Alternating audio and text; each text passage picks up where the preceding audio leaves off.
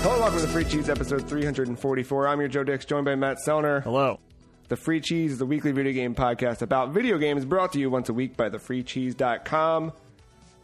The first one, remote. Matt. It's like 344. Yeah. But as we're staying indoors, we're figuring out how to use the internet to communicate with one another. First point, don't use time.io. Yeah, I thought that was going to be a better, easier thing for us. That is very bad. Oh, it didn't work out. No, not at all. I think there's also a delay in the conversation, or the call. Or either way.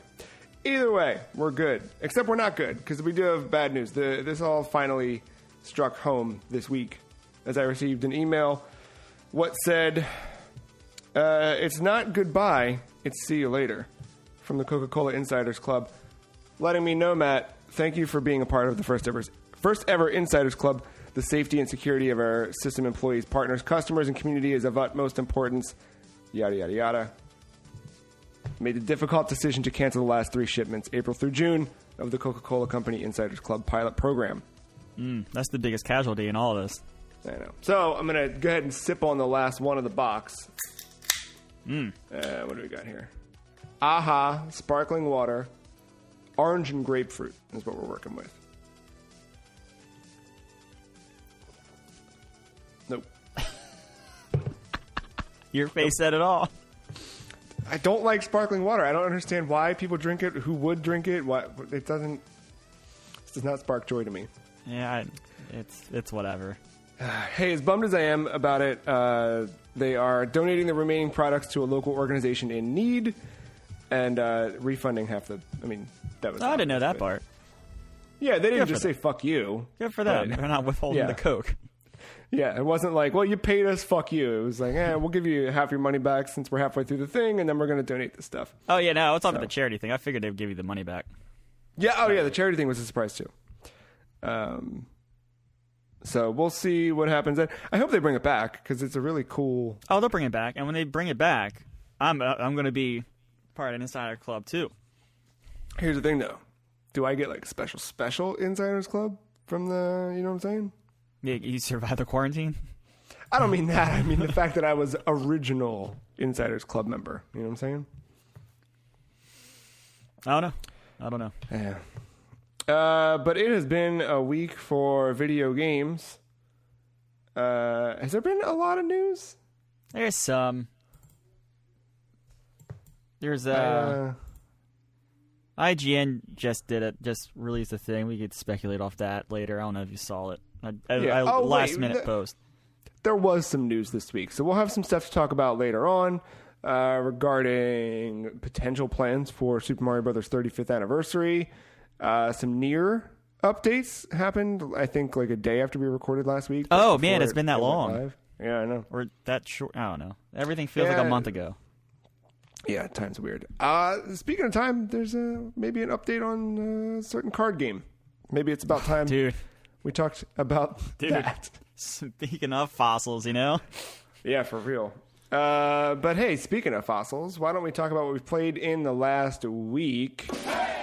Which I assume is still Animal Crossing. Yeah, nope, I'm still going strong on it. So you said fossils. I think what you meant to say was eggs? Yeah, eggs. They're everywhere. They're raining. They're in the water. They're in the trees. They're in the rocks. Okay. There's a bunny prancing around. Like, I don't know. I don't like the bunny. And it's become a point now where I don't want to play the game. Like, I check in and I do what I have to do, but I'm not... Oh, yeah, that's what I've been playing it as. More so, yesterday I was the first time I actually dove in for like an hour and a half play session. Other than that, it's been like half an hour, kind of getting my miles, checking in to see what the next construction piece is, all that stuff. Yeah. The last construction thing I did was I got my camping ground. I forgot I had the DIY thing, so I waited 2 days to do it by accident. But then I put the camping ground in an area that you can't access unless you hit the temple. So step one on my master plan of being completely secluded from all these fuckers is working. Baby steps, yeah. I ended up getting I spent 30 grand to move my house away from its original location. I got all the way in the top left corner now, and I'm transplanted all of my trees and planted new trees. So I'm surrounded in a square of cedars and then completely walled off from everything. Oh, that's pretty good. I just got the upgrade for the Able sisters to move in that give you clothes, and I put them in a spot, but I didn't like where one of my other villagers was, so I just spent 50 grand to move his house because I kind of had like Timmy and Tommy. I didn't realize you could move the neighbors too. Yeah, it's 50K, which sucks, but because it's like 20 more than you spend just to move yourself, but whatever. But yeah, I got him moved, and then Able Sisters opens tomorrow, I think. But it's just, I think the frustrating thing is like I was in a good routine of like going in and like I'd always find a project to do in some way, and now I'm like, as I start to do the project or I start to like get lost in fishing, it's like egg. Yeah. And I don't care about the furniture for the eggs sucks. Because I thought too, okay, I'm stuck with this. Why don't I just make all the furniture and sell the furniture? The furniture you make out of eggs, it doesn't get you shit. You don't make any money. I don't even like the way the egg things look. I don't like the pastel. No. I think we talked about this last week. I don't like the pastels. I like the neons. Totally agree. I was about to say something. Oh, like I go in. I kind of have it sections of my islands where my fruit is. Like I'll clear out, like totally chop down all the trees and then replant fruit, and then like do that in a section, and then do that for the next section. And so then I kind of have it on a schedule so that way like trees are kind of always ready. It's just one section at a time, so it's not overwhelming and I have to do it all at one time. So it's kind of little baby steps there. I'm not going to share it on the air. You don't even know it. I'm not even telling Victoria, no one. I said I had plans, plural, for my island on an island. I have now decided on what plan I want, and I've started my first construction project to make it a reality. I had to make a slope from a hill down. So the first construction project, is underway. I need to get the funds to do so because I'm still paying off my first expansion to my house still. Tom Nook's asking for all the monies. But yeah, I finally decided it's going to take weeks. It's going to be a long time, but I can't wait to share my idea with it. And the good news is, and this is what I love, I have not seen the idea yet on Twitter. Huh. So it makes me a little bit proud. Interesting. Because I want to do the wrestling thing, especially after I saw the wrestling ring. But I got that wallpaper, by the way. Oh, the flooring?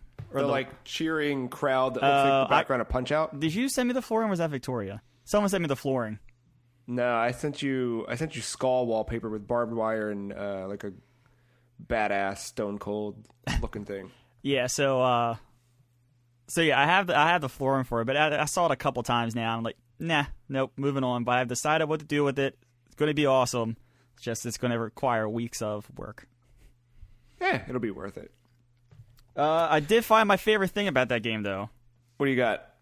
The Sue Jones Stalk Market? Are you fucking kidding me? I forgot to bring that up. Yeah, I keep we've had the game for like 2 Sundays now that you could technically do it, and I forgot to buy turnips. Jesus, I forgot to buy them both times. But yeah, that seems like very much the Matt part of this game. Yep, I bought them. Like I kind of got the idea of what the turnip thing was when Timmy and Tommy were telling me like, oh, ask for the prices or whatever. But then when that woman, whatever, opened up her mouth and she was like, it's the Sue Jones Stalk Market, I was like, this is great. This is everything I wanted in this game, I think. So yeah, and it actually had me for the first half of the week. It had me checking the prices before noon and before the shop closed after noon. It's nuts. It actually. Wait, they changed throughout the day like that? They changed twice. Once before noon and once after noon. Oh, wow. Just like a regular stock price. Yeah. Did not realize that. It is good stuff. Yeah, I've seen people on Twitter who are like, hey, my prices are... Yeah, I'm not going to do all that. I'm just going to monitor my own island, but yeah. Yeah. But it wouldn't be a bad thing if like... Because I feel like Katie and I are generally most days going to one or the other's island. Just like... Oh, yeah, in that case, yeah. And then because Victoria hasn't activated it yet either, but I think when she does, that wouldn't be a bad idea either. Yeah, we've been making furniture for one another and been, you know what I mean? Yeah. So it's like, or usually when we both kind of jump in for the day to start the day, we're sitting side by side. So we kind of peek at each other's Timmy and Tommy's just to see like, hey, is there any cool wallpaper today that you want? You know what I mean? That kind of thing. Yeah, we're not really playing a lot together. It's just like, I feel like it's boring for the other person because like I don't know. I'm playing to get the resources I need. Like, I'm not playing for, like, because I want to make this couch and I want to decorate my house. Like, I made one decoration to my house. I tweeted it out. I think it's the best placement of a toilet in the world. It's pretty good. But, yeah, I don't know, that's all I'm really playing it for. I'm not playing it to, like, hang out. Yeah, no, it's usually, like, get a bunch of shit done. Okay, let's meet up and swap what we've made or bought for one another. And then bail out. We might go fishing or something, but now that the egg shit started, we're not fishing because it's like the fuck thing about it too, not to go back to fucking egg city, but you look, it's a small shadow, egg, large shadow, egg. Like, there's no predictability with it. It sucks. But hey, only another week, right? Yeah, and then I finally started to get some repeats of fossils, so I'm actually starting to just sell them and make decent money off of that. So it's all coming together. But I will pay off my house with the stock market. I can't wait. That's pretty. Yeah, I saw someone like hit for like fucking over $1 million bells with the stock market. Yeah, like I just dipped my toe in it before, but now that I realize how much it fluctuates, I can just like I'm dumping like almost all my savings into it. So how many turnips? Jesus, how many turnips can you buy at a time? Just as many as you. I'm pretty sure as many as you want. You have to buy them in tens. So like if the stock price was 100, you would have to spend 1,000 to buy, but like you can buy as many tens as you want. I didn't see anything stopping me. I just bought 80 last time just because that's kind of what I had in my pocket at the time. But then this week, breaking kayfabe, literally it's WrestleMania this weekend. Yep. I haven't bought my stocks yet for the week, but like I'm planning on buying like 300 or something ridiculous. Yeah, that's probably the way to go. Or maybe even more. That's only like 30,000. Yeah, I'm willing to drop like 80,000. Oh shit, dude! I'm playing it hard. Have you looked into like what the top and bottom are on? I've seen. There was a reset era thread because people are sharing codes for like when their stuff's good or whatever. But I saw like someone say as high as like 500, and I see it like bottom out like towards 0. Yeah, I saw. As you take a drink and grimace. Do you know what this tastes like? It tastes like fucking Alka-Seltzer. Like if you've ever had fun orange. Taste. Alka-Seltzer's great when you're sick, but when you just want a fucking cool beverage, this sucks. Yeah, I think I saw the person I saw who was like making bank was like $5.27 a turnip. Yeah, or something like that. So they sold, and it was like over $1 million. They got the back. thing you have to do, unless you have a great memory, you have to make a note of what you bought it at. So like. Now that note that was my like list of things to make is now becoming my stock price note as well. It's just becoming a general Animal Crossing note at this point. But yeah, so like I wrote down the note and then like I bought them like 104, 107, and I sold them for like 135 because it was like Thursday and I just want to kind of make a profit as soon as I could. So, but no, now that I know, like earlier in the week I didn't know it changed twice. So like Wednesday and Thursday I started doing that and noticed it. So. That's probably my favorite thing about Animal Crossing at the moment, besides my plans. But I will share them as as we get closer to completion. I'm excited to see that unfold again, just because of how you were unsure about this game going in. You were you were open-minded, but you were kind of like, I don't really know if this is for me. And now you've got a cool plan. You got a design or some crazy mental scheme going on. I made it to Tarantula Island this week. Nice. Did you make it or did you stumble upon it? I stumbled upon it. Nice. I tried to make one and it didn't work. So I was like, I don't know what happened. And then it was coincidentally the same night that have you met the fish otter guy or the lizard bug man? Is someone that comes to the island? Yeah, they just kind of like show up. The guy who's there... It was like one night after the other, I had the otter, and he basically, if you bring him fish, he gives you like 1.5 times the selling price that Timmy and Tommy would for the fish. Oh, nice. And then there's like a gecko chameleon lizard dude who shows up and does the same thing for bugs. So he's giving you 1.5 times, and I that night stumbled into Tarantula Island. And I had just upgraded to like the big fucking inventory slots. Oh yeah, so I got those now. I've got 40 slots. Mm-hmm. So you can't drop your net. So I had 39 tarantulas that you normally sell for $8,000 a piece. Sold to this fucking gecko for $12,000. That's a full house. I paid off one of the things, got another room, and then I paid off one of the construction projects to get my first like incline. When the bells were falling out of your pocket to deposit them to wherever you needed to deposit them, was like Tom Nook like drooling in the corner of the resident office? No, he was still just sipping his coffee and looking at the picture of himself on the wall. Fucking asshole. Well, I'm glad Animal Crossing's still going pretty well, save for the eggs. Fuck the eggs. Yeah, I've been waiting on all the cherry blossom DIY recipes also. Yeah, I didn't realize you those. could catch them, and then Isabel, I think, brought it up, or maybe one of my neighbors did. Someone about like, you can do something with them. I'm like, oh, I guess you can't catch them. Yeah, Isabel gives you a recipe, which was nice, but I have a fuck ton of cherry blossoms and not enough recipes. I want all of the little things. So I think we got another week and a half of that, roughly. Yeah. I beat Doom Eternal after we recorded last week. Good. What are your thoughts? I kind of where I was last week, where, I still stand by feeling shitty about it in the beginning, but I'm way happier with it by the end. You know what I mean? And then when I finish it and I'm like, okay, I understand how to play this game now, I want to go back through it again. You know what I mean? I don't know if I want to push the difficulty up any higher, but maybe try it. I don't know. But I feel like I get it a little bit more now, All right. That's good to hear, because I myself visited a little Doom Eternal this week despite beating it. I've done two things. I started doing some cleanup on some of the first levels to get all the collectibles and stuff like that. I finally ran around the Fortress of Doom and was putting in the Sentinel batteries, because remember I said last week I didn't know what the fuck I was doing with them. Yeah. So I started getting all that stuff. And I'm just going to be completely honest with you. I know it's very early, but as I'm playing the first levels again with all the new stuff and having even more fun, because I'm even more powerful now as a Doomslayer with all the new weapons that I didn't have before in the first and two levels, I'm crafting Game of the Year arguments already.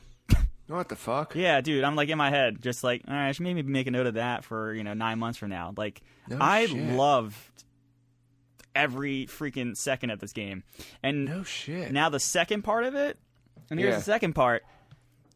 In 2016, I argued against it winning that year because of its multiplayer.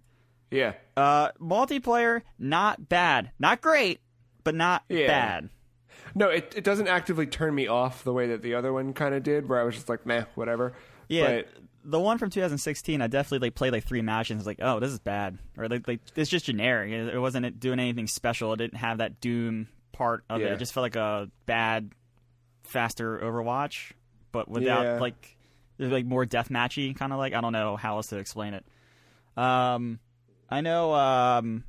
No, I itched for it from time to time. I might not play like 8 rounds in a row or something like that, but like I every now and then I get a little hanger. I'm like, oh, let me play 2 rounds. Let me play as a demon. Let me play as a slayer and see what happens. So what is it like playing as the demon? Because I've only ever played as Doomslayer, and it was like a hectic ass version of the I played a couple rounds. Let me play as the one so far. The Archville. That's the one that, like, the summoning and it has the fire barricade. Yeah, big fire. Yeah. So I was kind of staying at home with him because I know you said about like the one when you were playing, like the one was aggro and the one was kind of staying home. So I kind of like the one aggro. We weren't communicating at all, by the way. I just was like, well, let him aggro. I'll just keep summoning demons and then making his life miserable with like putting down the loot blockers and the fire rings and all that stuff. And when I start to get shot at, I'll pull out my barricade and I'll teleport away. Yeah. So it's not as fast, obviously, as the Slayer, because one, you can't platform, like swing and stuff like that. You don't have like a double jump unless you have your special demon that floats in the air or something like that. And you can't use the teleporters. Like you can't warp through the map or whatever. So like it's a little bit slower, and that's something you have to get used to. But I like it. I like the idea of like, all right, like the first round was this. Now everyone gets a buff, and so all right, well now the game is like once you think you learned a tendency, things shift just a little bit where you have to kind of relearn, and it's this weird. It really is like a battle of chess because you think you think, all right, well round one they won, they knocked out my king, right? But I know what their first 5 moves are, so I know how to counter that. Well, now because of this power up, you might know the first 2 moves, but that third one's going to take you by surprise now. And you're going to have to adjust again to how you play that game. I like it. I have not won a game or even a round at the Doomslayer, but I've come close, and even just coming close a couple times felt good. And like each time I was like, oh man, I wasn't really using my armor enough. It was back to the thing you were saying about the campaign of like, I felt like I wasn't using my attachments, my flame, all that stuff. And it was me catching myself doing that again. And I would try to adjust, but then when I would try to adjust, they had like another answer for it because of their power-ups or whatever. So part of it's just going to have to learn the demon abilities. That's definitely part of it. You're going to have to kind of learn how to counter those. But it's definitely it's not fantastic. It's not great in my opinion, but it's good. And it's enough that you went back to it. And that's 100 times better than that crap from 2016. Yeah. I think that's what I ended up with in the campaign is just remembering that like when I was getting fucked up, it was because I was doing something wrong. And it was like, okay, what button haven't I clicked in a while? Oh, triangle? Cool. Let me get more armor. You know what I mean? It was like the game gives you that feedback and you kind of realize like, I haven't been using what I'm supposed to. But that was the thing. Like the thing with the campaign is the chess moves are the same every time from the AI for the most part, unless you deviate and they're going to react differently. But if you did the same thing, kind of go into the arena 9 times out of 10, you kind of know the enemy placement. You may know if they start, but you even get 5 seconds before the round even starts to kind of adjust your position in. So like kind of right from the start, it's going to be different, and that's something that you're going to have to kind of pick up quickly on when you're playing the multiplayer, especially as a Slayer. Well, I want to play more of it. I'm not done with it entirely. I did start like right after I did the first level of Doom 64 because it was the pre-order bonus. Yeah. Mm-hmm. But I didn't play much of it otherwise. It's dark. I launched it and played for 5 minutes. I'm like, this is dark, and I'd rather just play Eternal.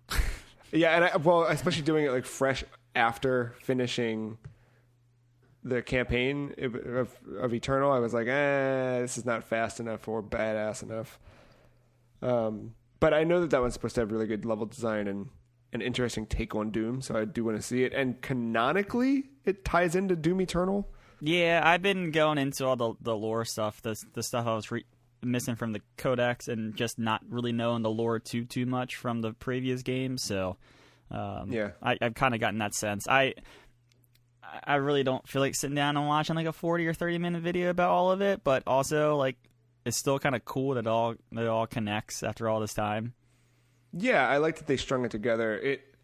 Some of the like weird ancient stuff, I was kind of like, it was losing me a little bit, but generally I thought it was interesting what they tried to do. I mean, it's definitely one of those games where like you're going to get a lot more out of it with the codex, but like one of the things I was thinking about, and I thought about this more when I was playing the next game I'm about to talk about here soon, but like I'm glad the story was all through the codex, because I feel like with if you had any more cutscenes, you would have started to have the argument of like, well, like I just want to play the game and I don't care about the story. Yeah, it would have pulled you out of it. And then and then the pacing would have been off. So I'm kind of glad that like you had the option to stop if you wanted to. Yeah, it's not presented in a great way. It's just all codex entries, but like it was still cool to find out the thing about the end, right? Yeah, that I hinted at earlier, or last week. But like I don't know. It's weird to tell a story that way, but I think in this game it made sense. Yeah, I agree. Doom Eternal. What would you get into outside of Doom Eternal and Animal Crossing? Just a quick little check-in with Warzone. I'm still playing it a lot. I'm probably playing 2 or 3 rounds, whether I'm dropping in with random squads, I'm playing a solo, or I'm playing with my friends Nick and Bob or whoever. But still cracking away at that. No new major patches. I know they put out the Modern Warfare 2 remaster campaign. I don't really care about that. I played that in the past. I don't need to play it again. Yeah. But no chicken dinner yet. Still grinding away at it. It come close a couple times, but there's been other rounds where it's just gone to shit early, and yeah. The meta's still kind of the same. Yeah, it's, like I said, nothing. I don't think they've really changed anything at all with Warzone. That is since last week. I just didn't know if people, because sometimes the community will start to find new... It's pretty much the same. Like whenever I watch streamers, because every once in a while I like throw on like a stream in the background, like, especially when I'm like playing baseball or something a little bit more mindless. I'll throw on a stream and I'll like look over. I don't see as many people doing the double loadout thing anymore, like the overkill into ghost perk, but definitely the kill streaks are still strong, and getting a loadout to start the game is still part of the meta. So, but yeah, no, I'm still having fun. It's still, I think it's still the best battle royale out there. I know there's some balancing issues that people have with it, but whatever, that's up to them. But no, my biggest thing I got into this week, and I got into it more later than I did earlier, the Foundation DLC for Control. Oh, yeah. I went ahead and finally... Go ahead, sorry. Oh, no, I was just... that came out. It's first on PS4 and PC, right? It's not on Xbox quite yet. It's coming later. Mm-hmm. So, yeah. Weird to come to it after Doom, but I think anything I would have played after Doom would have been weird to come to, because there's some platforming, especially in this DLC. They did a little bit more with the platforming stuff, and it controls just very floaty and not as like accurate and not as fast. But you're still in these like arena settings. Whenever you walk in, like the hiss kind of like corrupt the area all of a sudden, and they start flying around and stuff. So like, similar themes to Doom in a weird way, but plays completely different. So because of that, I think I don't think it was the difficulty itself of the DLC. I think I just sucked at the game for a good hour, and then also I started playing with the controller this time around. I moved away from keyboard and mouse, so I think I was adjusting to that a tiny bit as well. But I liked controller on that game way more than mouse and keyboard. Just the way that everything was mapped by default felt weird, and it just felt more natural with a controller. Yeah, I totally agree with that after the fact. I don't know why I tried to cramp my hand with some of the powers and what some of the techniques I was using when it all felt more natural in controller. But yeah, no. Foundation is a expansion. It's the first one of 2 major ones that they're talking about doing. It takes place in a whole new area of the game, totally in the whole new area. You don't revisit a single area all throughout. You kind of all stay in this one little map area. You know, like there were floors on the maps. Like there was like the maintenance sector, then like the actual oldest house part of it, and then like the quarry part. There's a whole new map. It's underneath the quarry in the foundation of the oldest house. One of the things this game does very well is build up its world. And this is what I was talking about. Like the codex entries in this game are great. I like in Doom. Yeah, they always were. It's weird. It's like Doom. I could give 2 shits about reading a codex entry, but then in this game, I'm like pausing to read every single bit of lore I can. And that's where this game shines. It just keeps talking about the game's best character, and that character is the oldest house. You start to lean into more of the origin behind the oldest house, or maybe where it came from, that kind of stuff. I didn't. Of course, I didn't pick up every single bit, so I can't tell you for sure if they fully answer that. But yeah, they definitely dived into that, and I was eating that shit up like fucking dinner. Like I was like, dude, tell me more. Tell me more. So is this like following the story, or yes, where does it take place timeline? This is, I guess. All right, I guess I'm going to get into a little bit of spoiler territory here for the main story of Control. But yes, this is taking place with Jesse as the director, and it is like very much you are the director. Okay. So, and I don't think you could get to this without beating the game. Yeah, I don't know if you could. I really don't see it, and plus the enemies would be way too strong. I don't think it would happen. Speaking of enemies, they switched. They added a new type of enemy, which weirdly changed the dynamic of some of the fights that I remember them.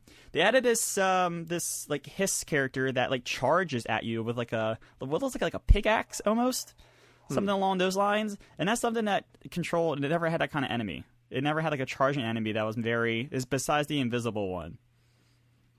I don't even remember the invisible one. Yeah, it was like a boss fight at one point. I remember, and then it started trickling them in.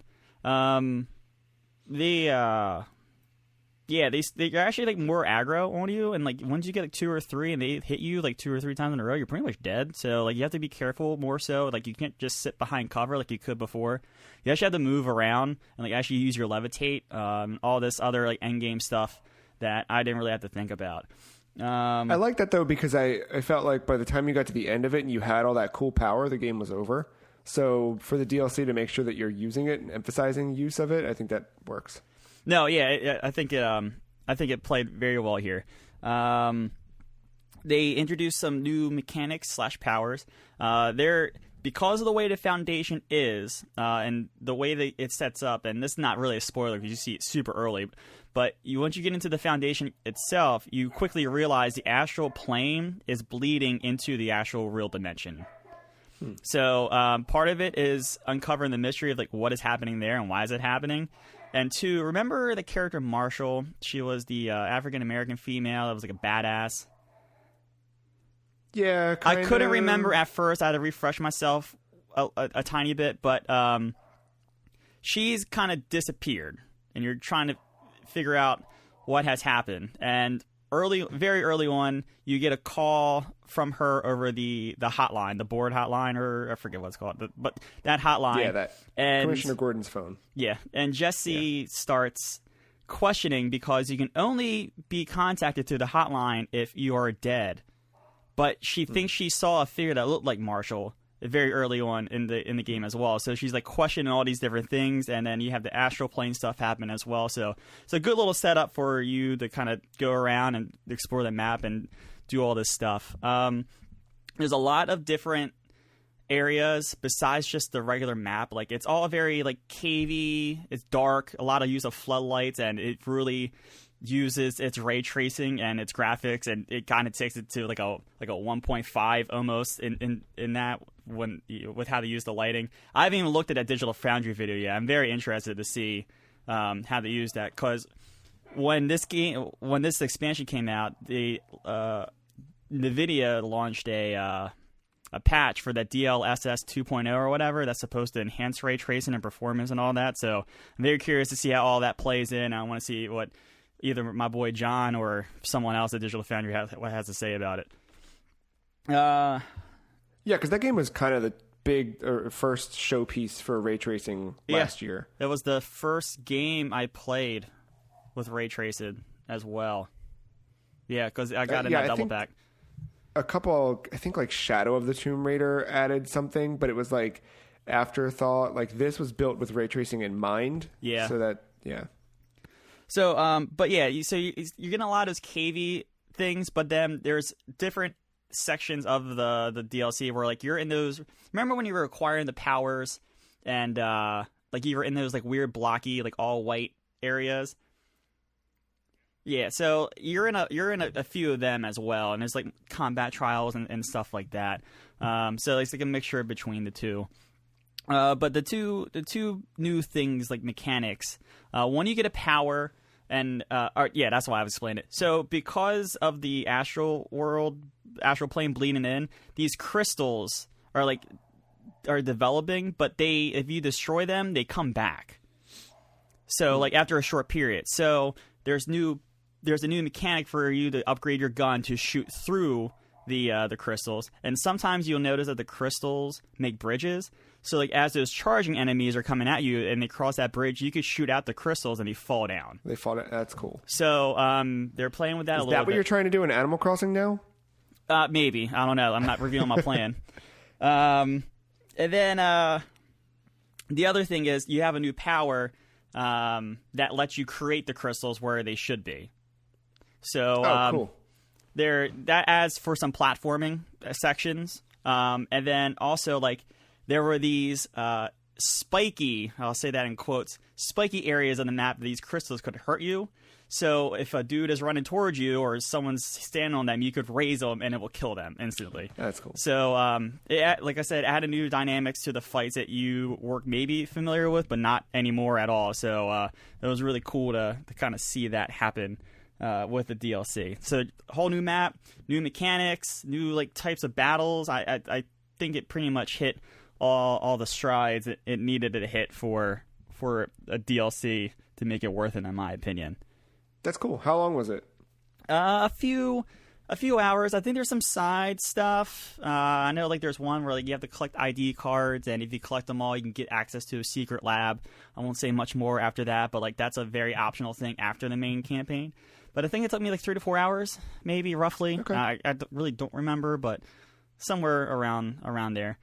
Not get into too spoilers, but Control doesn't know how to end the game.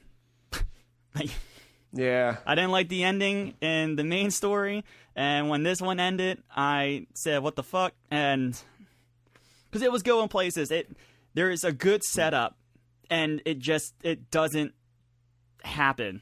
Like, I don't know. I don't want to say too much else. Yeah. But do you think it's gonna get resolved with the June DLC? Is it June that the next wave is out? I don't know, because I don't know what. That's the one that might involve. Yeah.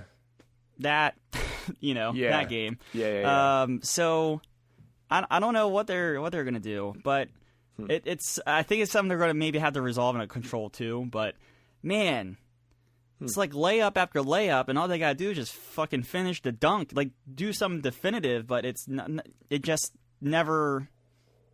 It never happens. But no, I had fun playing it, and then just the ending happened, and it's like, it's the same exact thing that happened to Control. Loved it all throughout. Read like as much of the lore as I could I was finding in the world. Loved the oldest house, like Jesse as the main character, and then the ending happened. I was like, Yeah. But yeah. It's still definitely worth it. I mean, if you like the main story and you didn't mind the payoff there, I just kind of a mini version of that, but with a lot of new stuff to think about. Nice. Man, that's out PS4, PC right now, and Xbox I think is like a 3-month delay. I don't know how long it is. Yeah, I'm not sure. I think it's like by the time you're getting the next DLC, Xbox gets this first DLC. And you do need the Epic launcher for Control. Yeah. But I wonder if that'll hit Steam later this year. Curious. Well, no, didn't they just sign that publishing thing with Epic? I doubt it. Yeah, but that's for a new project. You know what I mean? Like, I wonder if... Because a lot of those exclusivity contracts were not for long. But, I mean, permanent. A year after the fact, it's just one of those things where I think the damage has already been done. Epic got people to install the launcher. And yeah. I think it's the only game besides Alan Wake that I have installed from Epic, but I still have it because I need it for Control. So they got the job done. That's all I got. Well, I got 2 more. I played some ARMS this week, a little bit more. Oh, yeah, it went free this week, right? It is free, yeah. I think it... I don't know if it still is by the time this goes up. But I know that this weekend is was the Party Crash, which is kind of like ARMS' Splatfest in a way. Yep. They let you choose between... I mean, you can play as whoever, but if you're online and playing... Ribbon Girl or Springman, you get like little bonuses. It's kind of like when you would do like the Splatfest. Like you would choose ketchup or mayo. It's like if you're fighting as Springman and you're winning matches as Springman, you're putting more points into his side. You get little badges and things like that as you play through, and whatever. You're still just playing ARMS in the end. But my thing that I've been using it as is like a workout. Oh, so I get done all right. I see what Ring you're Fit. doing. Little aerobics. Yeah, I get done with Ring Fit, and then I roll over to it, and I'm like... I do a little bit of the Grand Prix stuff, because you get character art, and buried within the character art is lore about each character, because ARMS, I don't know if you know this, has a fuck ton of weird-ass lore. Like, there's a reason why those ARMS stretch. I'm not shocked. I mean, look at Splatoon. Yeah, oh yeah. That's at a surface level, it doesn't seem like anything, but the things you told me, I'm like, what the fuck? Yeah, they do some weird shit in both of those. So Well, arm girth is part of it. I mean, yeah, that's step 1, arm girth. Step 3, whatever. But yeah, I jumped into ranked online matches this week, And I think I won one out of I don't know how many I've done, but I get my ass kicked over and over again. But I can like see and they save replays of each of your matches. So I've gone back and watched a few, and I posted a clip of one. Look at you, esports. Dude, it's, don't want to get wild here, but it's neat. And one wins more than me as the Slayer, so there you go. There you go. Yeah, I think I got lucky though. I don't know. But it's neat. Like I started to really understand like how to play that game, because I think when I played it, when it first launched 3 years ago, I was kind of just like, okay, let me punch, wait for that arm to, like, you really need to get into the practice of like using your arms to push your enemy where you want them to be, or your opponent rather, and then hitting them with the follow-up. But also knowing how to counter what they're throwing at you is, I mean, just like in any fighting game, like you need to know your opponent better than you know yourself. And I think learning, like getting a good combo of arms, because, you choose 3 arms to go into a fight with. You can, kind of preset, and then each round you swap out your left and right arm, and you can make them both the same. You can do one different one on each one of the 3 that you have predetermined. And I think I had a tendency to kind of like lock myself into a specific, like, okay, this is my loadout, this is what I'm doing. And I think you need to be adaptive to what you're seeing and what the opponent's doing also. And know what each opponent's strength is. So like knowing that,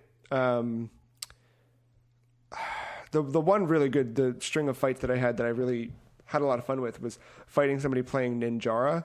And Ninjara has kind of like a dash, teleport, like disappear thing that he does. So every character has a jump and a dash. And with him, when he dashes, he actually like turns into a cloud of smoke and then like disappears. Like you don't actually visibly see the dash. So he's actually invulnerable as he kind of does his little teleport.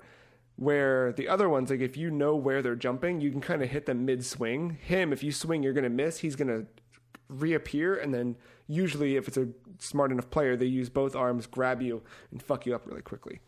So being aware of that and knowing that, like, okay, he's going to jump and dash, don't hit. You know what I mean? Like kind of knowing when to punch and throw.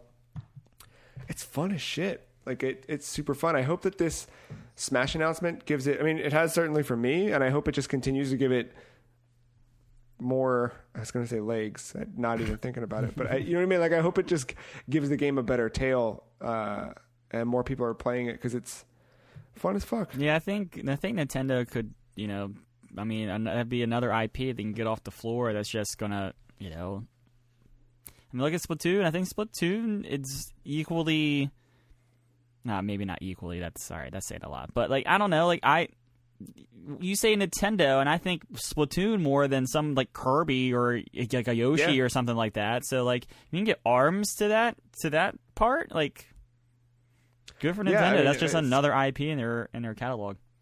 Speaking of modern Nintendo, like those are the ones you think of. Like sadly enough, like you don't think F-Zero. You don't think no.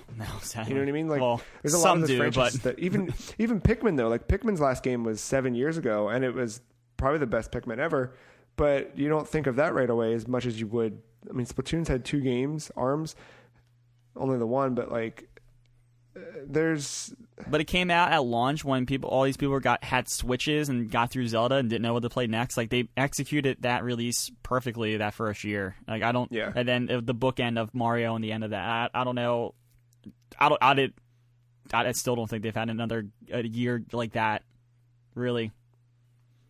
No, I that's such a powerful start, but which maybe it kind of will. Maybe who knows what's coming in the fall? Well, maybe we'll talk about that later. But I mean, primarily Animal Crossing is your spring, and then if you do, God, they couldn't have launched that at a better time either. I mean, it worked out. Not that they saw coming, but like it, dude. Yeah. It's all I see. Like people, I mean, Katie bought a Switch for it. Yeah. Victoria, that's all she's been playing. Like when she's just chilling at home or whatever. Like it, and it's all I see on Twitter because no one else has anything else to talk about on Twitter. So like it's yeah, and it was perfect. It's either people being mad or upset or Animal Crossing. Yeah, seriously. Before we move on from ARMS, the free trial ends at 11:59 Pacific PM. on Monday, so you do have the whole day on Monday for the most part. Okay, cool. So if you're listening to this right when it goes up, you can hop on in and fuck around. Yeah, the 6th is Monday, right? Yes, yeah. Mm-hmm. Yeah. No, but I'm going to keep messing with that. I dig that game. I got into Min Min a little bit more than I had previously. She's got a cool... she will kick her opponents if they're too close. And she also does a backflip that supercharges her gloves or her arms. So if you kind of like do the backflip and you have shock gloves, it'll like extra charge up the shock in a way. It's cool. And then, all right, we had that Mark Cerny presentation a couple weeks back. We heard who can nothing. forget? Oh, God. We heard nothing about backwards compatibility. We heard about the PS4 Past stuff, PS4, right? yeah. PS4. But That we didn't hear anything people about PS3 or PS2. misheard the hell out of that, but all right. He said one thing and it was clear, and then the PlayStation blog posted something that made it very unclear. The PlayStation blog made it seem like only 100 whitelist games would come across. It was a weird thing. All right, fair, but yeah, that is what it was. But that patent from a few years ago about a CPU that could basically like perform an HD remaster on the fly, people kind of took that and turned it into, it's going to play PlayStation 1, 2, 3, 4, and 5 and PSP games and all this crazy shit. And didn't you predict that? I hoped for it. Okay. I don't know if it was a full ass prediction this year. Fair enough. But yeah, with not knowing anything further, I've been like getting, I don't know what the right word is, but I've been looking back at the PS1, PS2 catalogs specifically. I started reading a bunch of video game magazines from like old, like, the hell was it? EGM and PlayStation Magazine, just flipping through stuff and like dancing in that world a little bit. And in doing so led me to the current string of kind of sticking it to Jim Ryan. And I bought Ark the Lad on Vita, and I bought Okage the Shadow King, or Okage Shadow King, the PS2 classic on PS4.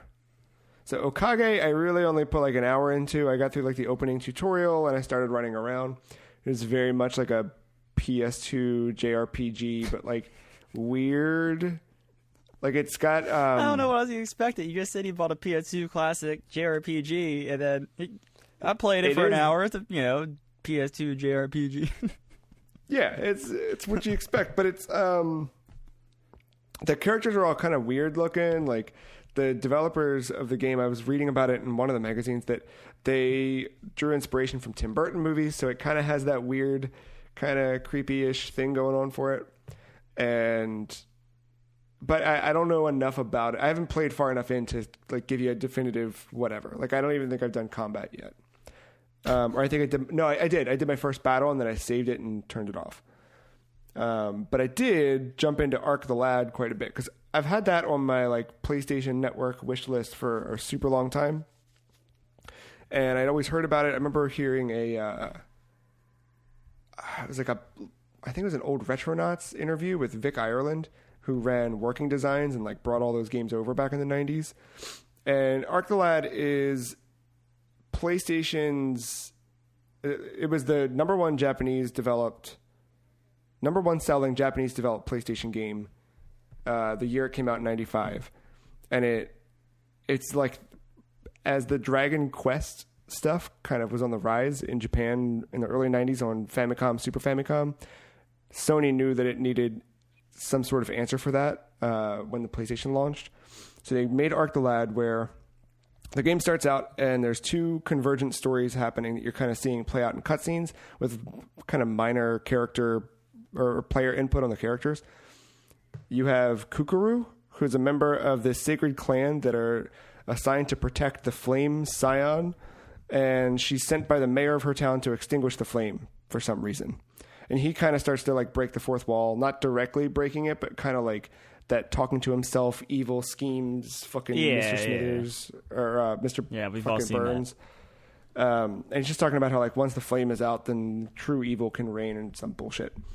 At the same time, you get to meet Ark, who is kind of looking for his father, who's been missing for 10 years, and he's kind of like telling his mom, like, "Hey, can I have all that shit out of that basket in the back that Dad put a lock on so I can go find him?" And she's like, "He's dead. He's gone. You're not going to find him." He's like, "Yeah, but what if I found him?" So he gets a bunch of shit and wanders out and stumbles into Kukuru as she's kind of coming back after extinguishing the flame, and this big scary monster comes out. Ark decides he's going to go make his way to reignite the flame, and he does that just as the like demon monster that came out of it is about to kill Kukuru. You come back, you meet up.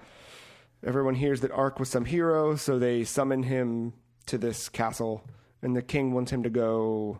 He kind of gives you a test, like, "Hey, go out and fight a bunch of shit in this swamp to see if you're worthy enough." And that's kind of where I'm at now. So it's more SRPG than it is straight up JRPG. At least in combat, it's more strategy. So it feels like I'm playing Fire Emblem, but there's a lot of the like extraneous Japanese RPG stuff tacked on the outsides of it, like, you know, equipment and character interaction and things like that. Yep. The two takeaways, like, I think the gameplay is, if you've played Fire Emblem a little bit, any strategy RPG or even like a tactics, like a Final Fantasy Tactics, something like that, like it's got those kind of hooks into it. Like you're moving along, you know, space by space in your battles. Grid-based, turn-based, right? Yeah. And so far, it's not, there's no overworld. It's kind of like a cutscene plays out, you interact with a map, and it says, "Where do you want to go?" And you choose where you're going. So it's kind of been like jumping to battle in a way, where I'm at right now. Like bad comparison, like a Mario World, like you're picking stage, Yeah, it's like that. It's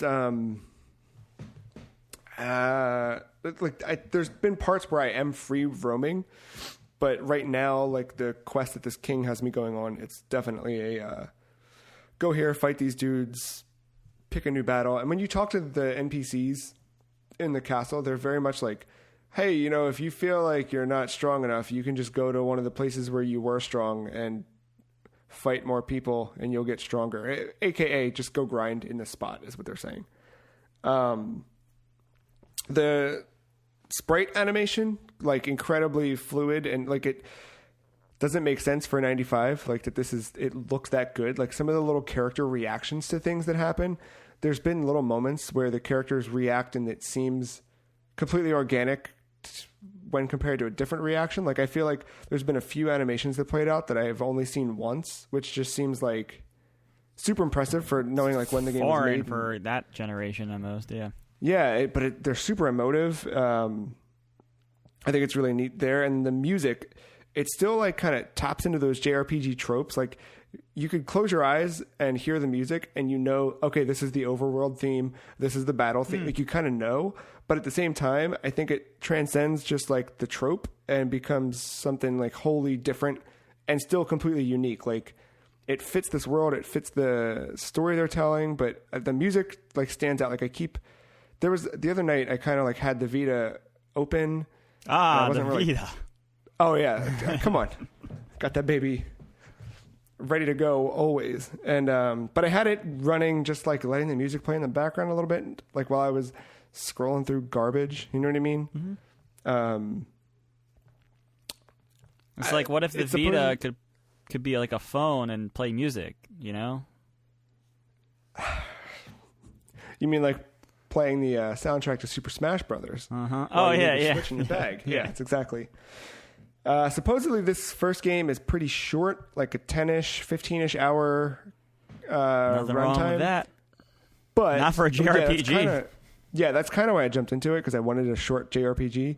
However, the second game is kind of like where everything comes together. Like this almost seems like it's a demo for the real game, almost like Patapon 1 to 2 was. But the second game pulls your save data from this, so you kind of jump right in with where you left off in the second one. So I don't know. We'll see. I'm going to play through at least this first one this week and see how I dig it. and then we'll go from there. Not bad. I'm looking at the entry for this game on Wikipedia, and like the first paragraph of the plot has a lot of reigniting the flame. Yeah, a lot of yeah. I think I know where Dark Souls got their story from. Basically, yeah. Speaking of Dark Souls, I was this close instead of buying Arc the Lad to buying Echo Knight, From Software Classic, of course. I don't know. You probably made the right choice. Yeah, maybe. Probably. I don't know. The PS5 stuff, the more I've been thinking about it, the more I'm like, what the fuck even is that? I don't know. And it reminded me, like, I know we're not there yet. Well, they don't know what it is either. That's why I had to send Mark Cerny pictures of your ears so that way he knows what to make the console. Yeah. Well, ear pictures aside, I don't think we're in a place where we can say definitively, like, okay, this console's delayed or this is what, like, we're not there yet. But the more I started thinking about, like, okay, the way everything is right now, like, how the fuck is anything going to get done and launch in time? And I started thinking about the PS2 launch. So that was what led me on the whole weird journey of reading old magazines of PS2 previews and all that shit and looking at pictures of the Japanese launch and just the lines around the buildings and, I don't know. Yeah, it's I think it's easier to go back. I don't know. I mean, we could sit here and have a conversation for an hour and talk about how they could do that. Maybe on a slow news day we'll have that conversation. I don't know. Speaking of news, I think it's time we take a little break and we'll come back and we got some stuff. We got news. Yeah, I'm remembering all the news now. You said another thing during that, or I kind of mentioned it, but yeah. There's a lot of news this week. There is, yeah, more than I thought. So we'll take a break and we'll be back in a minute with news.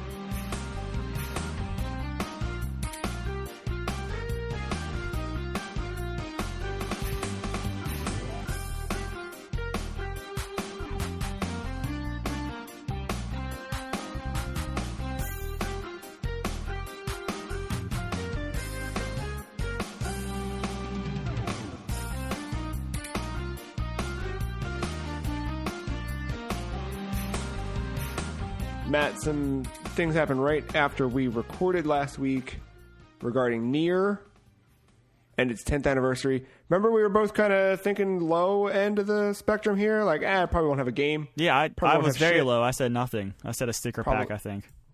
That sounds about right. Turns out not one but two games coming out of the Nier franchise this year? Or, no, I don't remember if the second one was this year or not. But we're getting a remaster of Nier Replicant, which is the PS3 version of Nier. The first Nier. And that'll be out on PS4, Xbox One, and PC via Steam later this year. And then we've got, what's the other one called? Nier Reincarnation. Mobile phone title developed by Applebot. Don't know who that is. Nope. But teaser trailer looks very Nier-ish. I don't. Yeah. I mean, I was watching that trailer, and I kind of had the same reaction, but then it made me think for a second, like, a little bit. But like, I remember seeing the Nier Automata trailer for the first time. I was like, I don't fucking care about this game. Who's this dude with the moon on his head? Like, there was a lot of things going on there. Now I understand a little bit more. Like, I'm thinking about checking it out, but like, I know a lot of people thought Autonoma was a lot better than the first Nier. I feel like that was a general consensus, like the combat and stuff, but I don't know. I want to see like gameplay before I decide whether or not I'm going to take a look at it. I'm very happy with my Nier Automata playthrough, maybe that being the end. Well, the end is not near for Horizon Zero Dawn, as we get week after week new comic book announcements. Horizon Zero Dawn and Blade Runner are announced for Free Comic Book Day, if you care about Blade Runner, but a Horizon Zero Dawn Free Comic Book Day edition, special issue number 0, kicks off brand new series based on the best-selling award-winning video game by Guerrilla.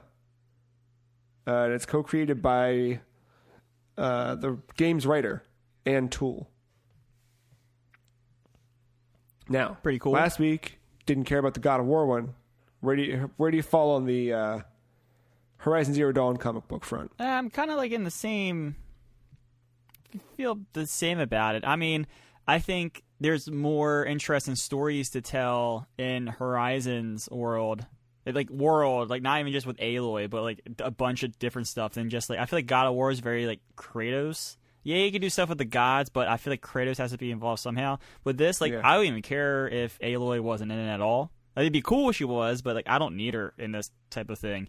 It would be like it's like the it's kind of like a comic about Control, right? Like I don't need Jesse to be in it. Just tell me more about the oldest house.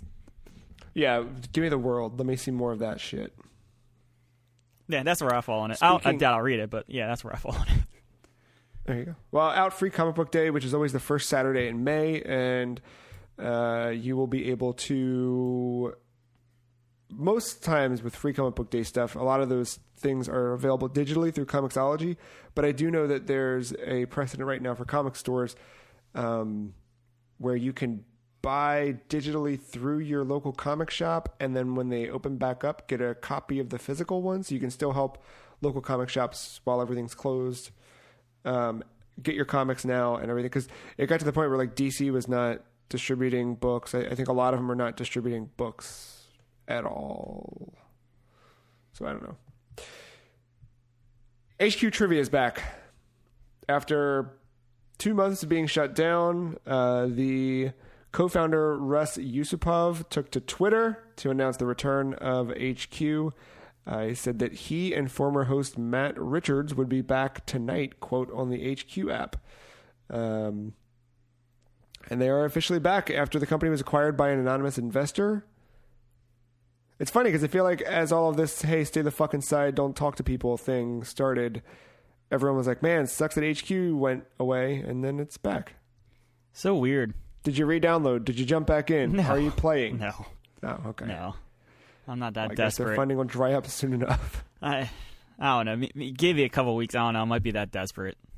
But hey, Scott was the draw for that. You know no, what I mean? yeah. Like the fact that you just said former host Matt Richards. Who the fuck is that guy? I don't know.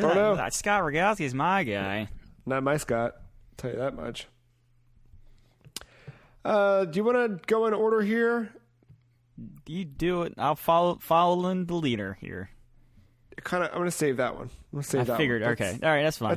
That's a big one. So we'll jump into the former Platinum CEO is now behind a new Capcom-backed studio. So Tatsuya Minami was a key figure behind Resident Evil 3's 2020 remake, and sources kind of the Resident Evil 3 game credits named him as the executive producer on behalf of M2. M2. So he left Capcom in 2006 to form ODD Limited, which was then merged with Seeds Incorporated to form Platinum Games. He was the president of Platinum Games until he resigned in 2016, and then he formed M2 the following year with funding from Capcom. I believe the idea here, what's reported here, is that the M2 is meant because it was supposed to be him and Shinji Mikami, the creator of Resident Evil, teaming up. But it seems like Mikami is staying at Tango Gameworks under Bethesda. And he's still working on that Tokyo Ghostwire game, as far as we know. Or his studio is. I don't know what his role is in that. But sure, has something to do with it. Yeah, and then another Platinum Games veteran, Kiyohiko Sakata, was the game director for Resident Evil 3. So did he? His resignation was around the time of like Platinum needing a big win, right? Yeah, I think that was before the Scalebound cancellation happened. Yeah, that was. I mean, that's still in the middle of it though, because they had like back-to-back. Like the Legend of Korra game was bad. Didn't they do that Ninja Turtles game too? That was like the Ninja Turtles game, that Transformers game that was like fine-ish, but not great. So, but sources have indicated that this company had been in operation for over a year and was comprised of several former Platinum and Capcom employees. It seems that basically Video Game Chronicles is where this, or Video Games Chronicle is where this comes out of, and their sources state that the studio is currently working as the primary developer on a larger remake project for Capcom. Yeah, good for them. Is it Dino Crisis? It could be. I mean, if you give, early reports of 3, at least review wise, seem to be that, if you kind of take that formula to these old things, it's going to work. I think the biggest thing about 3 I'm seeing is like short. It's just short. I think that's the biggest thing I'm seeing. Our friend Tyler texted me last night a picture of the game case in his hand and said, "There goes my productivity." And I was like, "Oh shit, have fun." He texted me at 1 a.m. I think he had texted me the picture of the game case at like 8:30, 8 o'clock, something around there. Yeah. And then he texted me at 1 o'clock in the morning. He was like, "Beat it." I was like, "Oh shit." And that was after he had texted me and said like, "Hey, fuck, I'm stuck on something. What do you do in a game when your checkpoint?" He said, "What do you normally do when a cutscene won't load that you know is supposed to load?" And I was like, He was like, "I've cleared the room of every enemy. I've walked around. There's just silence and nothing." And I was like, reload a checkpoint? He was like, "Yep, that would be my 3rd time doing that." And I was like, fuck.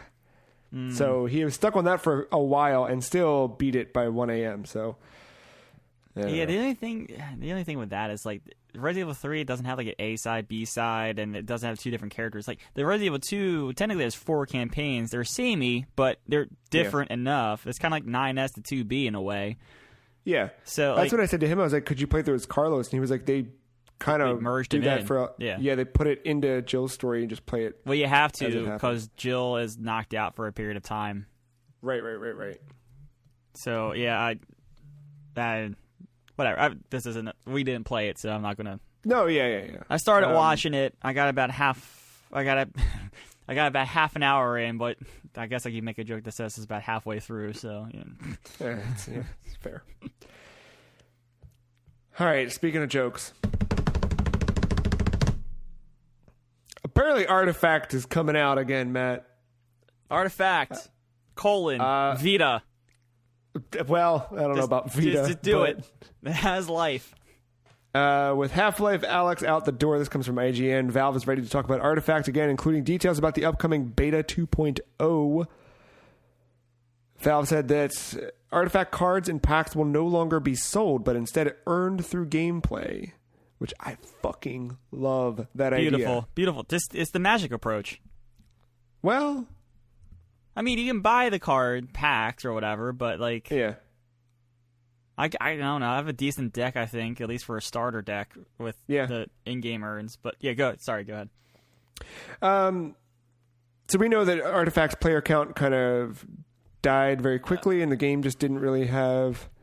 What was the opposite of the curve of coronavirus cases? Say it again. Its player count dived the opposite way of the corona. Yeah, it's fair. Gabe Newell, of course, called Artifact a giant disappointment for the company. Yep. But yeah, so the big thing is, the big gameplay change happening is that Artifact will be giving players access to all 3 lanes at once. I love that. I love that a lot. More like Dota 2 in a way, or reminiscent of Dota 2. But we already talked about like when Artifact launched, like how it was like playing 3 mini games of Magic at once, and now it's going to feel like one big long stretch. It's kind of neat. I'm curious to see how that actually feels. It's actually going to make the games faster because your turns are going to take less time. Because before it was like back and forth on one board, but that wasn't considered like a full turn because you still had to go through the 2 other boards. So that's going to speed up the game there tremendously, in my opinion. I think it's going to take what were like half an hour, 20-minute games down to 20 to 10 minutes just on that alone. Sure. I know the other thing that was complained about, which I didn't mind, but I understood it, was the shopping part of it. I think they're going to rework that somehow. I just don't know how they're going to do it. I don't think they actually say it, but I think that's the next thing. I don't think it's detailed here. I think that's the next thing that needs to be addressed is how they do that. But it also could be the thing of like, because of all the... You could do the Dota approach too, right? So like within your turn, you could go shopping, much like how you have to shop while you're playing Dota. I don't know. I'm just excited. I really didn't think. I mean, I know in the last few weeks I've gotten more hope that was actually going to happen, but I thought they were just going to let that thing die, like kind of almost like I thought the Half-Life series was dead. But they're bringing that back too, so maybe. Yeah, so I'm excited. I'm excited. They have a plan for a rollout, so they're going to do betas. It's going to be closed, but people who bought it day one, are going to have what's the word I'm looking for? Prioritization. That's it. Prioritization. So hopefully, fingers crossed. I can't remember. Did you buy day one? I don't know. I'm pretty sure I did. I know you did, but I don't know if I waited to see you play it before I bought it or if I just jumped in. I feel like I jumped in, but I honestly don't know. Can you check that on Steam? That's a good question. That's a real good question. I mean, you probably see first play because I don't imagine you buying it and not playing it that same day. I don't know, but yeah, that's how they're gonna do it, and it seems to be like 2.0 is not gonna just roll out. It's gonna be like they're gonna do this beta and then take even more feedback and kind of go from there. So I don't know. I have hope. Yeah, no, me too. I'm looking. I found a. Oh, and PSA: don't buy cards. Don't buy cards. Don't go out to the Steam marketplace and buy them all because it's not going to matter. Right. Yeah. I like how they put it in their post in their community. It was like step 2, trickle out invites starting with players of the original release, in parentheses, ramping up similar to Dota 2. Step 3, work on the beta, eventually transition to an open beta, and then step 4, leave beta, in parentheses, hopefully quicker than Dota 2. It's pretty good. So hopefully quicker than Quake Champions. No, I'm excited. I do love a good card game. Magic has been my thing. I haven't been playing as much lately, but I've been in and out. And they were smart. They were bringing on mobile before Magic came out. If they were smart, they'd put it on mobile right now while everyone's fucking locked inside forever. Yeah, for real. If I could just have it on my fucking iPad, it'd be a lot easier. Dead or Alive 6 is receiving its final patch mid-April. Final bits of DLC, including, of course, your high society costumes and your school uniforms. Some bug fixes, and that's kind of it. Yeah, I threw this in there just because you don't see a lot of games just end support after a year. Yeah, I wonder if that... Especially like a fighting game. Especially when so many fighting games like you think of Smash, didn't Street Fighter, like they have like a second year of plans now, or like a second season of Fighters. Mortal Kombat even just Mortal did it. Kombat's doing that, yeah.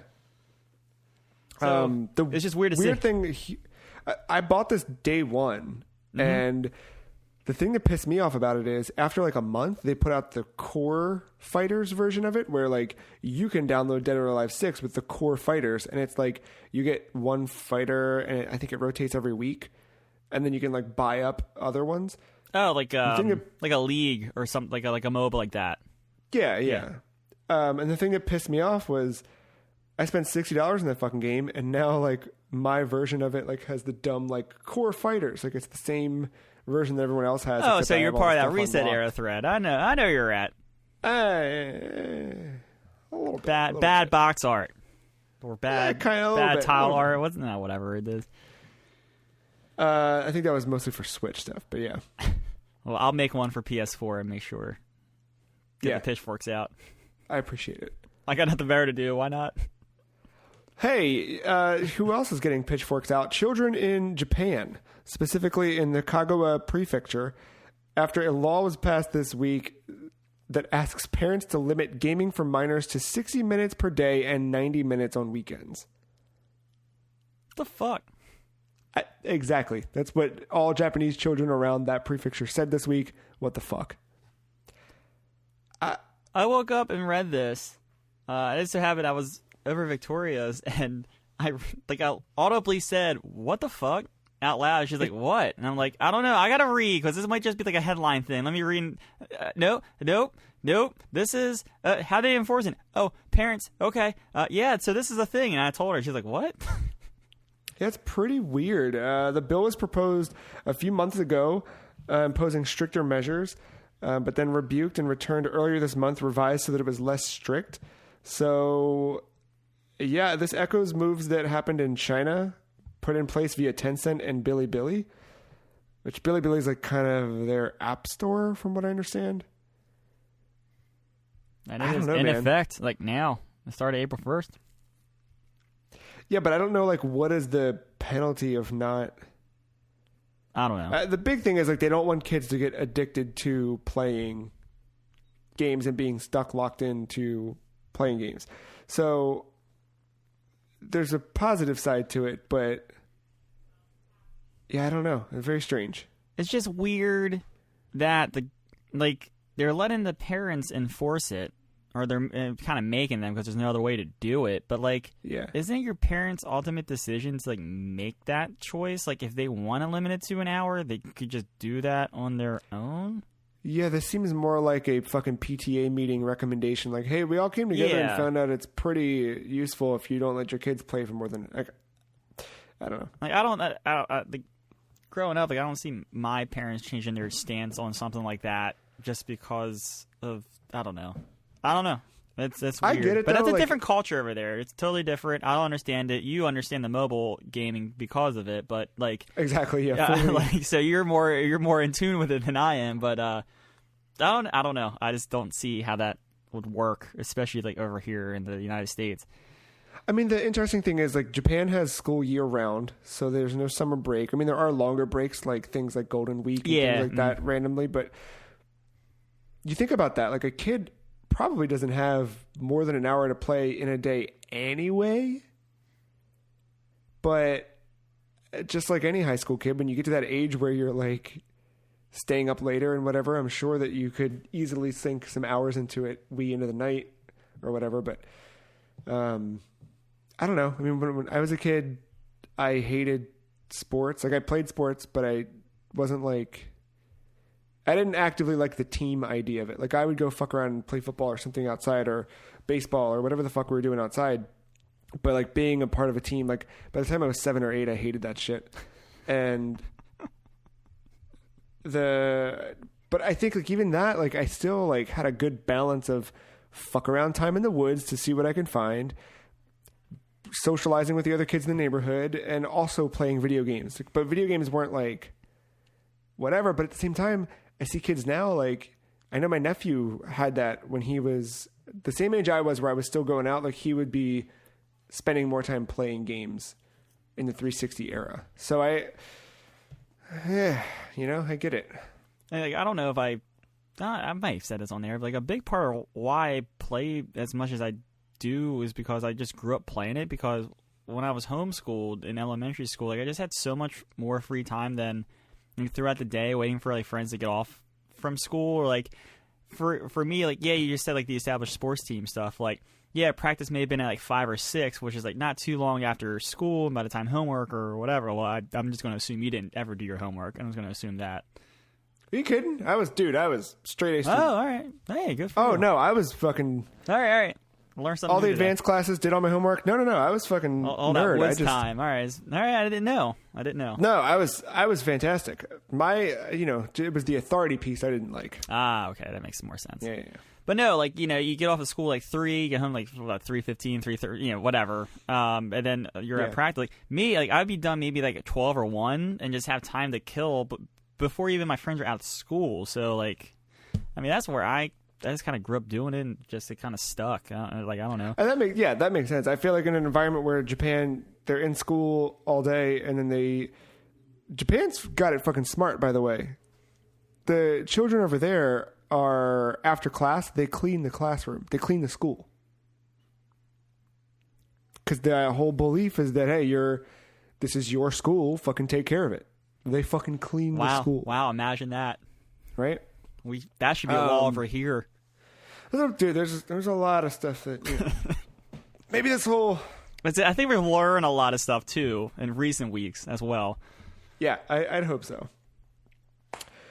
We've also learned in the recent week that Sea of Thieves will be coming to Steam pretty soon. This is in that ongoing effort for Microsoft to get all of its games out on Steam.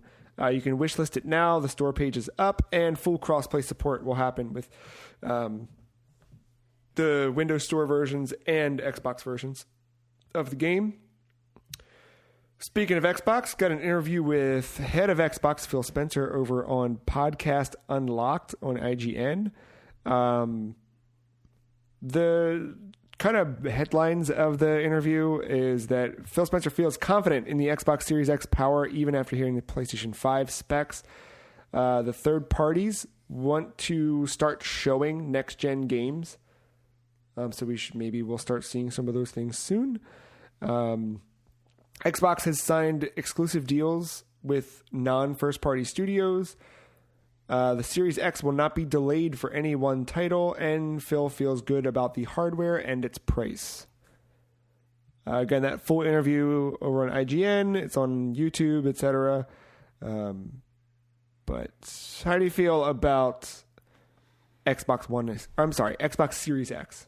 Well, bullet point 4 there, the Series X won't be delayed for any one title. He means for Halo. He should have just said that. Yeah. No, I think the general census was that the Series X was more powerful. I think Digital Foundry's even come out and said that. At least at a hardware level. Of course, software is the other half of it. So you have to keep that in mind. But, I think these are all good points. It's just Phil being Phil. Yeah. And I think... I don't know. I'm not going to... We've seen more of the Series X than we have the PS5. I'm not diving into any weird rumor stuff that's out there, but my faith is a little shook in PS5. The way that PlayStation as an organization has ran in the last 12 to 18 months gives me post-PS2 vibes of just that hubris leading into the PS3 and just the shit show that the PS3 was. Yeah, I mean, PS5, I think you are seeing that side of Sony again, but I think they're smart and they're not trying to do all this new IP. I think they're just going to use their established IP to make you want a PS5. Because remember, if you think PS3 has such new IP, so many new IP, and none of that old stuff was brought over. No Jak and Daxter. I'm trying to think of other wasn't really a Ratchet or anything like that. You're right, but it was also the hardware was not that. It was weird. I remember when that was launching, it felt like I was buying an Alien box. You know what I mean? If I was a Steam box. Yeah, exactly. Another disappointment. That PS3, the price was weird. It felt foreign to me. It just seemed like something strange. And to be frank, I didn't like the 360 either. I thought the 360 was bad, and I thought obviously the red ring thing was always baffling to me. I remember people talking about this is my third Xbox 360, and just being why the fuck did you buy 3 of them? Why would you buy one of them if it was due? But so that was where I kind of stuck with my PS2 and had a Wii, and I did that weird shit for a little bit. And inevitably, just to join the generation, my brother got a 360, and I would play on that, and ended up buying my own. And then I got a PS3 right after that. But that original PS3 launch was just eh. Yeah, and the exclusive deals part of it, that doesn't surprise me because you see that all the time now. They tried doing it with Rise. It was Rise of the Tomb Raider, right? That's the second one. Yeah. It just had the unfortunate thing of them not budging on release date, and it came out the same day as Fallout 4. So that kind of backfired, and then I don't know. You still see it today. In a few days from now, I'm gonna have to turn on my PS4 to play Final Fantasy VII Remake. Yeah, which sucks. So you still see that. I'm not shocked. It's just a matter of hopefully they can do a little bit smart. I thought the Rise of the Tomb Raider thing was great because it was a great competitor to Uncharted. And Uncharted was delayed. Was it already delayed at that point? Yeah, no, it was all around that. Everything was kind of lining up perfectly for that. But even that was not enough for me to be for me. Well, it came out the same day as Fallout, so I knew that wasn't happening for me. But the prospect of buying an Xbox One just for that was that felt more true. hey, yeah. you already have an Xbox One. Here's a good reason to, keep enjoying it. But, or like another, if there was like 2 games like that, like say you were looking at Ori, and you're like, well, that's not long enough. And then, I don't know, something else came out. Like, well, hey, that Crackdown 3 looks pretty good and it's coming out soon. And then, and then this was the next thing. Like, those 3 things, it might be enticing. Like, it's just another reason to try to get one. Yeah. Well, we'll see. Well, I'm curious to watch everything kind of unfold this year as we learn more, as we see more announcements. Cellar Door Games announced Rogue Legacy 2. Not much more than that. Little screenshot of art, or was it a little GIF, little baby GIF? There was a couple GIFs, and then or it was the GIF of like the dude celebrating. But when they first did say that next day that it was coming after they teased it, there was a couple screens of like it in action. The biggest, like, it looks a lot the same UI wise. It just looks like they picked up they got away from the pixel art. And it now is like a more, not cartoony. What I'm trying to say. It looks more hand drawn. That's probably a better way of saying it. It honestly, it looks a lot like Scribblenauts to me. That similar art style of like hard edges, but still cartoonish characters and things like that. I really liked Rogue Legacy a lot. I think it was a lot to do with I wanted something to play my Vita when I got it. No, yeah. So I don't know. We'll see. Yeah, how that pans out. They didn't say platforms, right? I assume Switch. I would hope so because that's probably where I would play it. Well, yeah. Okay. I think we got 2 more and then a big one, right? Yeah. Just in development. Sorry, I got there. Okay. And more info in the coming days. That's it. Works for me. In the coming days? Okay. Yes. Yeah, there's been nothing else. I was on their timeline. There's some... We talked about Resident Evil 3 earlier, but there's some Resident Evil 8 stuff out there being rumored. Rumors talked about by someone named Dusk Golem at Aesthetic Gamer 1 on Twitter. The big thing I take away from this is that there was a Resident Evil Revelations 3 in development that was received way better than testers and internally than Capcom expected. So it's been given an additional year in the oven to convert itself to RE8. Apparently, if you remember, I don't know if we talked about it on the podcast or just amongst ourselves, but a few months ago there was a story about how RE8 would contain werewolves and a snowy village. Apparently that's 100% true, but the information is outdated. So it's been going through some huge changes to make it a more mainline title with big changes to the story and etc. So anything you've heard about this is maybe not fully true in the final, but some elements of that remain. The game should be revealed in the next few months. It is first person, and many purists are going to hate it because it's taking some serious departures in the story, enemies, and the like. Hallucinations, occultism, insanity, and not being able to trust others are huge thematics of the game. All right. I don't know. I like the werewolves in the snow and stuff. That lines up actually pretty well with what of Revelations 3 would have been. I just know like they go to weird locations in those games that you don't usually see. I know like the one was on a crew, like a ship, right? Mm-hmm. Not, the first one was, not to be mistaken with Resident Evil Gaiden of Game Boy Color, of course. Of course. I own that game, by the way. Did you know that? Still? I don't know if I got. I'm sure it's somewhere around. I'm sure it's somewhere, but yeah, I owned it at one point. I don't know. Look well, I guess fixed camera or third person to totally first person and VR was a big shakeup, and it worked well. I think you should have faith that they can do whatever they want to do. Just don't react like, oh my god, it's back in third person. What do you do? I don't know. I don't know what they could do that's so radically different besides werewolves. Like, well, I think the mention of like a cult, but they did that in 4. Like 4 was like culty. Yeah, there was a plaga or whatever, but it was very culty, especially chapters 3 and 4. Yeah. Well, maybe they'll lean more into that like weird ass witchcraft kind of shit. Which hey, 4 is my favorite game, so yeah. I mean, maybe not story wise, but like just game. You know what I mean. Pete Hines went to Twitter this week and said that given the many challenges we're facing due to the pandemic, there's a pandemic. We will not host a digital showcase in June. We have lots of exciting things to share about our games and look forward to telling you more in the coming months. That's a bummer because I'm usually pretty excited about Bethesda's lineup at E3. Yeah, but this is the year that I didn't know what they were going to show. The only thing I'm kind of curious about is Ghostwire. Yeah. And what was the Prey people? What was their game?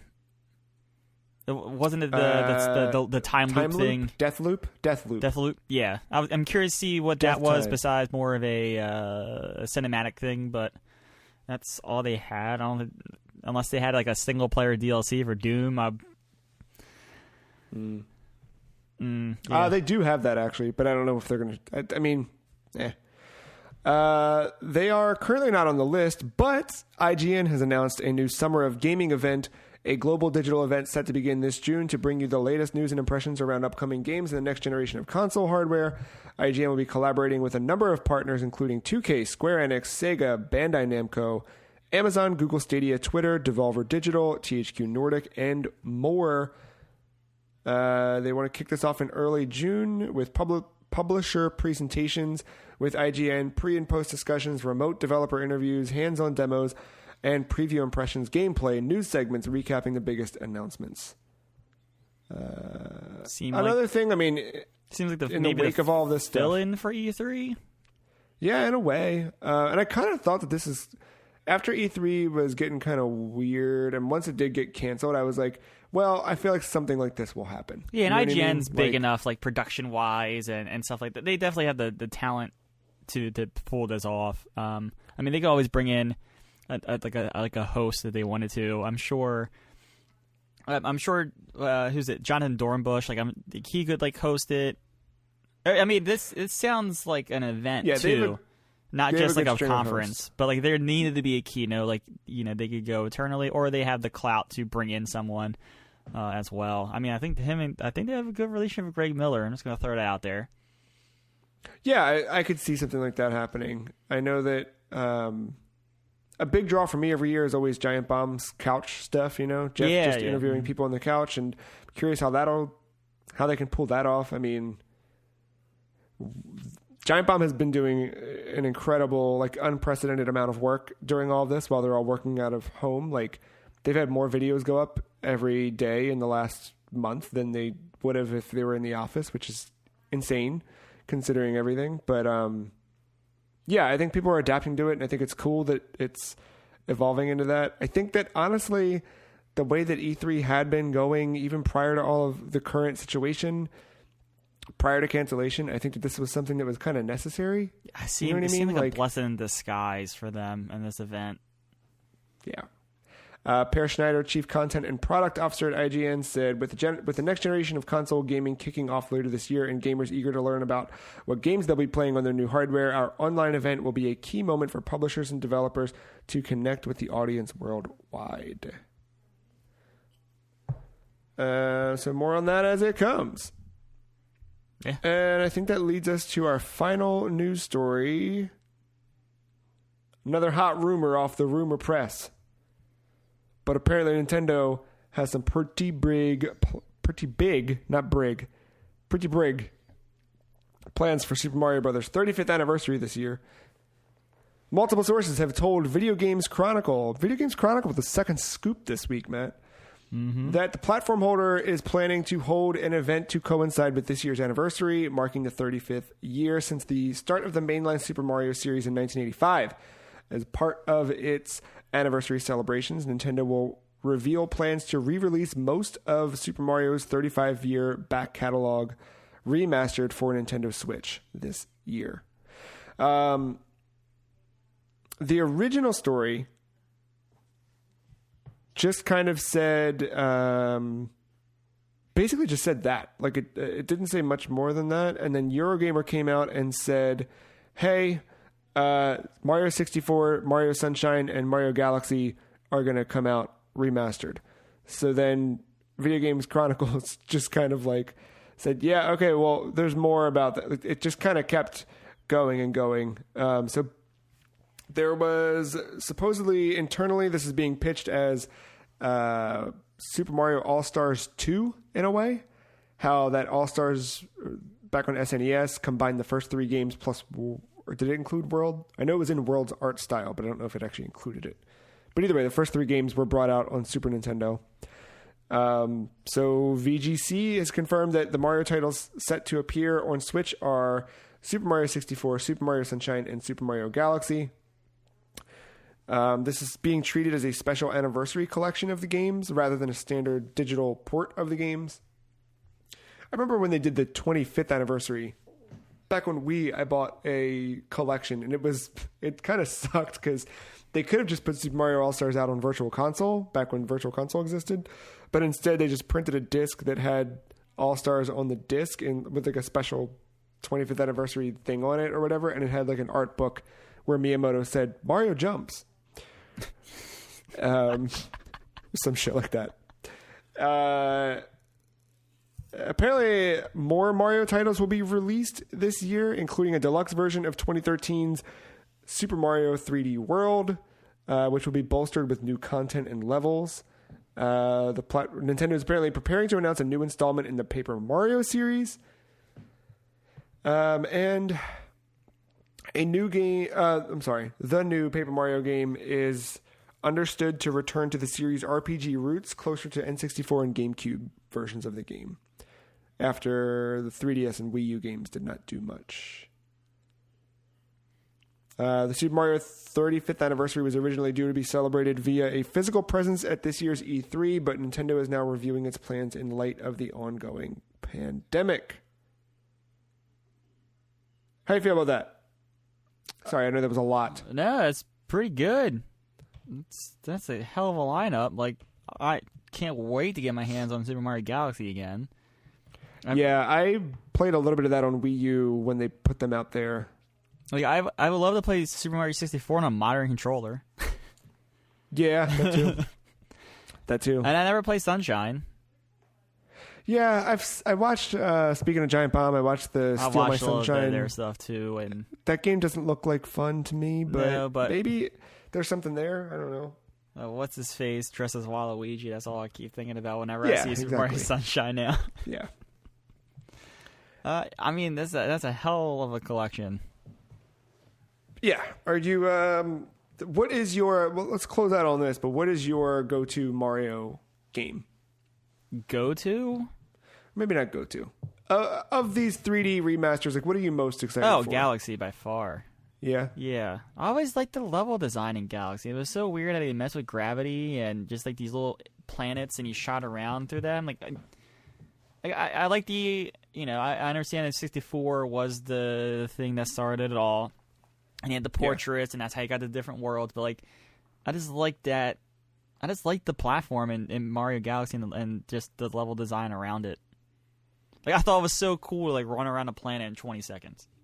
Yeah. It was stupid, but yeah. Jumping from planet to planet. Yeah. It's just, I'm wonder curious about this. I wonder how that's going to work, though, like, with the bits. Because the bits you needed to, like, hover over them with the Wiimote, so. You could get. Couldn't you pick up some of them just by touching them, though? You could, but as you were flying around, they were always around. Oh, yeah. You remember you got to, like the star shooters and you were flying around and you could, like, do whatever. Yeah, so. I am curious for... I think that by the time we're starting to see whatever this collection is, we'll also probably see what our Metroid Prime trilogy looks like.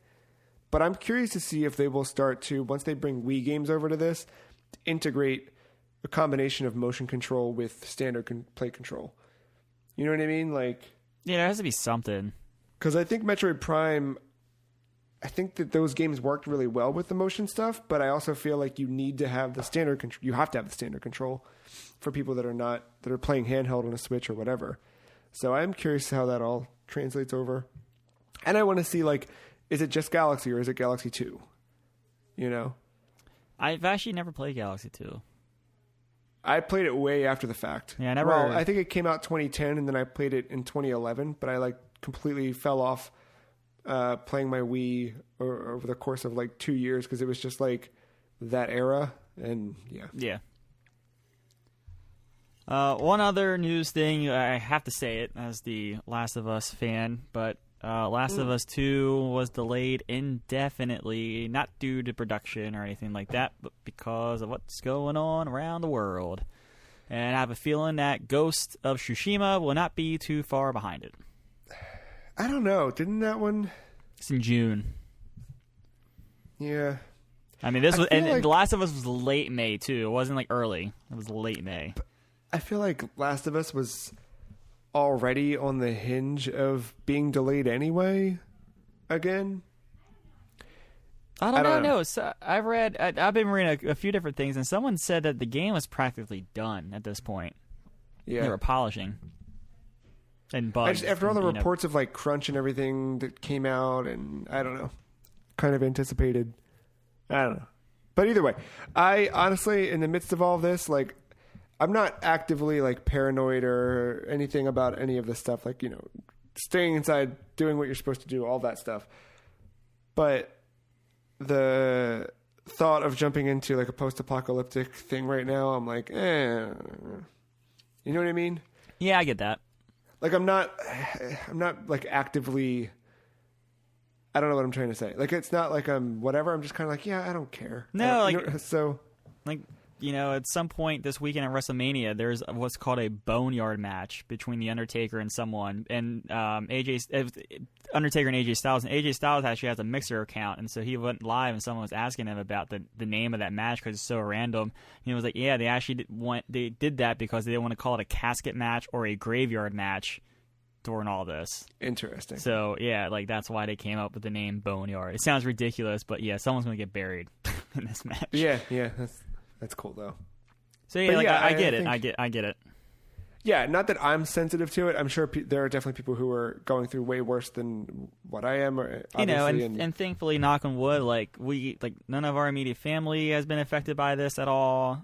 Yeah. So I can understand where the people who have been more affected by this and maybe have lost some. I get that part of it. But even not having any of that, personal hardship occur, I'm still there's parts of the day where I just find myself staring at nothing, and I'm what the fuck? How long have I been doing this? So that part of it, I'm I don't need to sit and look at the worst of humanity while we're all trying to get through this shit together right now. Nah, I'm ready. You're ready. But if it was a new IP, I think it'd be a little bit different. But I think it's just because it's the follow up to one of my favorite games ever. I think that's more of it than anything else. Yeah, I get that. Well, Matt, we've got another week ahead of us. Final Fantasy VII? Yeah, that's going to be the big one. It downloaded one night. One night. Well, now you're just lying. Now you're making shit up. One night. It came. It not even the ready to play bullshit. Completely done. Just got to wait the days now. Damn. What was it? I think it was 83 or something like that. I don't remember. Yeah. It didn't tell me up front because it did the 17 for the ready to start bullshit. But that would be Friday. And in the meantime, I'm probably gonna maybe play another level 2 Doom, Heavy in Warzone. I've still been playing a lot of baseball just to road to the show because I don't feel like playing anyone online. Animal Crossing. Yep. Nice. Yeah, I'm gonna keep dicking around with some old PlayStation games. Yeah, you keep living in the past. Takes me. I'll play the new shit. You live in the past, and I'll let you know what's up. You can play Final Fantasy VII as a PlayStation 1 game. I don't know if you know. I did think maybe this is the week I finally get back into the old Final Fantasy VII. Why would you do that with the new one right there? It's free. I already have it. That's true. All right, fair. It's not 60. Because I had the $60 set aside for Resident Evil 3, and then I was like, nah. And then I was like, I could spend it on Final Fantasy VII. And I was like, I'm not even I'm gonna play it obviously, but I'm not even that demo did the. I'm glad I played a demo. Let's just put it like that. Yeah. Other than that, I really don't know. I don't know what the week's gonna bring. I'm gonna keep fucking around with old PlayStation stuff. I think I'm gonna keep looking for a Ring Fit. That's the hardest game right now. Yeah, I keep peeking anytime I'm like looking at stock lifts and shit like that. I have not been outside the house to a Target to see if it's there at all, but Nah, like whenever I start scrolling through Twitter, I'm like, oh, let me check. And then, so like, I'm doing like every couple hours. I feel that's decent enough. What's makes me optimistic is the EU keeps getting them in stock. So I'm hoping that they're coming to America soon. Yeah. All right. Well, if you like this episode and if you made it here, hey, thanks, because we know this is a different one. Hopefully all the editing went right and it sounds beautiful in the end. But if you like this one, you can find it and all of our other episodes over at thefreecheese.com. Now up and running after a little snafu. You can follow us on Twitter. The Free Cheese is at Some Free Cheese. Matt is at MattyIce131. I am at The Free Cheese. Final word? Hang some pants on a wall. We'll see you next week.